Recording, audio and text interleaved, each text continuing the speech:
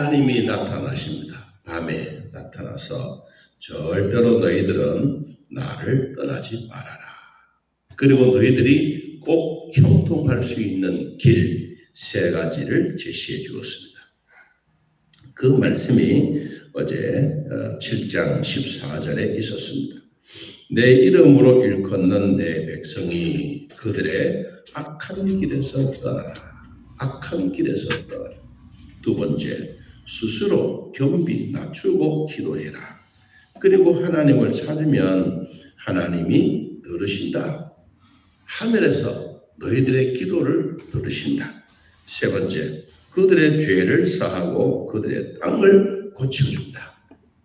이 오늘날로 말하면 이런 전염병, 토산, 메뚜기 재앙 이런들이 아무리 유행을 하더라도 내가 땅을 고쳐주겠다.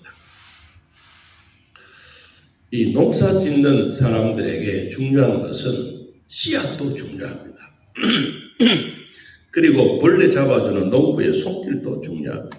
그것보다 더 중요한 것은 농토입니다. 농토에 거름을 넣고 토지를 잘 가꾸는 것입니다. 그것도 그 무엇을 심을 것인가에 따라서 잘 가꾸어 놓으면 그래서 씨앗을 뿌려야 좋은 열매, 좋은 이 채소를 우리가 얻을 수가 있습니다.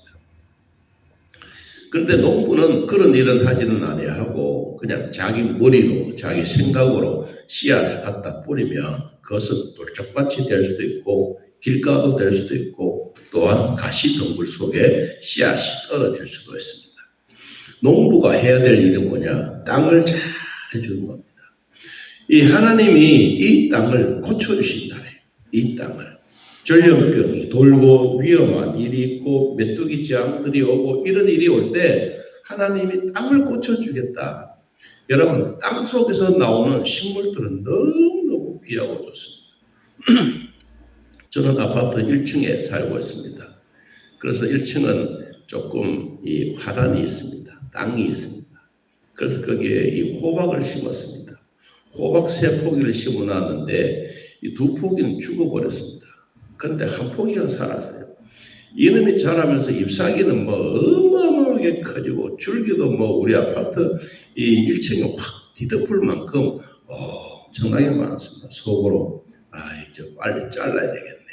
저 놔뒀다가 다른 것도 안 되겠구나. 저 그렇게 해서 어제 이제 금요일 날 지난 주간에 잘랐습니다. 잘라서 호박 등의 줄기를 막 당기다 보니까 호박 줄기가 안 딸려온 거예요. 그래서 구석에 보니까 진짜 하나로만큼 큰 호박이 주인님 나 여기 있습니다 라고 나와 있는 거예요. 야, 그 호박 줄기를 자르려고 몇 번이나 마음먹었는데 끝까지 참았던 농부의 마음속에 진짜 호박이 하나로만큼의 큰 놈이 툭 나오면서 주인님 내가 여기 숨어 있습니다. 그러더라고요. 여러분, 아무리 좋은 거 심어도 주인이 돌보지 않거나 땅이 좋지 아니하면 아무것도 할 수 없습니다. 또 하나는 하나님의 선하신 손길로 좋은 햇볕, 온도 잘 주셔야 됩니다. 자, 오늘 그런데 만일에 오늘 너희들이 내가 너희들에게 이와 같이 축복해 주는 성전이 되어야 되는데 만일에 이런 말이 있습니다. 오늘 19절에 그러나 너희가 만일 돌아서서 내가 너희 앞에 둔 내 율례와 명령을 버리고 가서 다른 신들을 섬겨 그들을 경배한다면 너희들이 성전에 와서 하나님 앞에 기도하면 나는 그 기도를 다 들어주지만 그러나 너희들이 만일에 나를 떠나가고 내 하나님의 성전에서 오지도 않고 너희들이 다른 신을 섬겨서 이것이 하나님이다라고 말하면 내가 어떻게 하겠느냐? 다 될 것인가? 앞에는 성전에서 기도하면 하나님이 다 들어주시지만 그렇지 않아고 너희들이 만일 성전을 떠나가고 하나님을 배반하고 하나님을 버리면 내가 너희들에게 이렇게 하겠다라고 이야기를 합니다. 첫째, 20절 내가 너희에게 준 땅에서 그 뿌리를 뭐입니다? 뽑아낸다. 여러분, 뿌리가 햇볕을 보면 죽는 것입니다. 뿌리를 뽑아낸다. 우리의 마음에 쓴 뿌리를 뽑아내 버려라. 그런 것처럼 그 하나님이 주셨던 토질이 좋고 옥토가 있고 곡식이 심으면 심을수록 정말로 이삭에게 100배의 복을 주셨던 그 좋은 땅이 된다면 여러분 얼마나 좋겠어요? 그런데 거기에서 뭐한다? 뿌리를 뽑아버리겠다. 이것은 민족 말살입니다. 어마어마한 이야기입니다. 자, 그 다음 두 번째, 내 이름을 위하여 거룩하게 한 이 성전을 내 앞에서 버려. 성전을 너희들이 거룩하게 한 것을 욕되게 만들거나 저주거리가 되거나 악한 것으로 만든다면, 거룩하게 됐던 이 성전을 너희들이 버린다면 모든 민족들 중에 속담거리가 이야기거리가 되겠다. 이 속담과 이야기거리가 뭡니까? 조롱과 비웃습니다. 이게 참 무서운 것이 아닙니까? 여러분, 좋은 형상을 가지고 좋은 물질을 가지고 좋은 것을 가지고 남에게 대접하고 남에게 참 유익이 된다면 우러러본 사람들이 많지만, 아이고 저렇게 7년이나 짓고 어마어마하게 성전을 지어 놓았는데 저게 뭐 우리에게 뭐가 필요하냐? 야, 여러분 이런 얘기를 한다면, 하나님을 조롱한다면 성경이 뭐라고 말씀하셨느냐 하니까, 이 성전이 비록 높을지라도 그리로 지나가는 자마다 놀라. 저렇게 큰 성전이 지금 뭐가 필요하겠느냐? 이렇게 놀라서 이르되 여호와께서 무슨 까닭으로 이 땅과 이 성전을 이같이 행하셨는고. 이 반문도 생기고 조롱거리도 되고 이렇게 할 텐데, 그때 하나님이 대답을 합니다.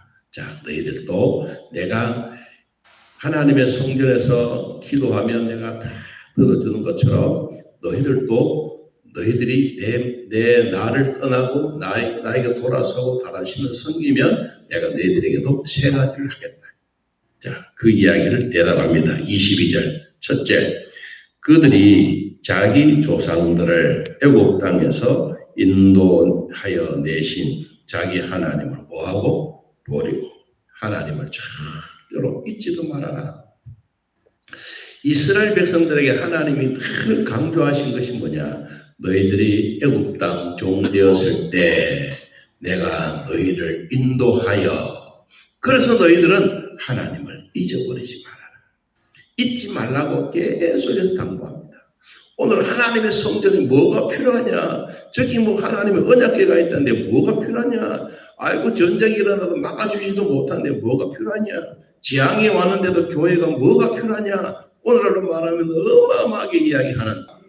자, 두 번째는 다른 신들에게 붙잡혀서 그것들을 경배하며 섬기지 말아라. 그래서요, 우상을 만들지 말라는 겁니다.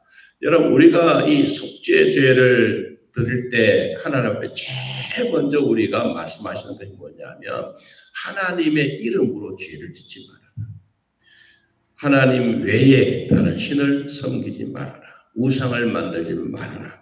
여호와의 이름을 망령되이 읽지 말아라. 안식일을 기억하여 거룩하게 지키라. 하나님이 우리에게 속죄 제물에 대해서 말씀하시면서 이것이 가장 큰 것이다. 그래서 오늘도 하나님이 솔로몬에게 하나님의 성전에 대해서 이렇게 말씀하시면서, 성전에 돌아와서 기도하는 자들마다 내가 다 들어주지만 만일에 너희들이 성전을 무시하고 하나님을 떠나버리고 하나님을 배신한다면 내가 너희들에게 이와 같이 하겠다. 그래서 우상 숭배하지 말아라. 자, 세 번째, 여호와께서 이 모든 재앙을 그들에게 내리셨다 하리라 하셨더라. 하나님이 결국은 뭐요? 진짜 복덩어리가 되는 것이 아니고 저주거리가 되는 거예요. 여러분, 그러니까 하나님이 신신당부합니다. 내가 살아있다. 내가 하나님의 성전 안에 있다. 너희들이 하나님의 교회에 와서 열심히 기도하는 건 내가 다 보고 있다. 다 듣고 있다. 힘들고 어렵더라도 우상을 만들어 놓고 이것이 내 하나님이다 하고 절대로 그렇게 하지 말아라. 우리가 어렵고 힘들 때일수록 하나님 앞에 와서 부르짖지만 등 뜨시고 배부를 때일수록 더 많이 해라. 사람들은 등 뜨시고 배부르면 기도하는 것도 없어집니다. 자꾸 멀어집니다. 코로나19가 지나가고 난 다음에 교회 출석을 전혀 안 하는 사람들도 있습니다. 그러나 저희들이 보아서는 그래도 다 성전을 그리워하고 교회를 그리워하고 그래도 대면 예배를 드리고 싶어서 성도들이 찾아와서 예배 드리는데 우리가 하나님을 잊어버려서 되겠습니까? 또 하나님께서 우리에게 우상을 만들어 놓고 이게 하나님다라고 해서 되겠습니까? 그러면 하나님이 뭐라고 말합니까? 모든 재앙을 그들에게 내리겠다. 여러분, 우리는 재앙을 하나님이 거두어 가십니다. 우리 인간의 힘으로 할 수가 없어. 하나님이 주셨던 재앙이기 때문에 하나님이 거두어 가십니다. 여러분, 오늘 우리도 하나님의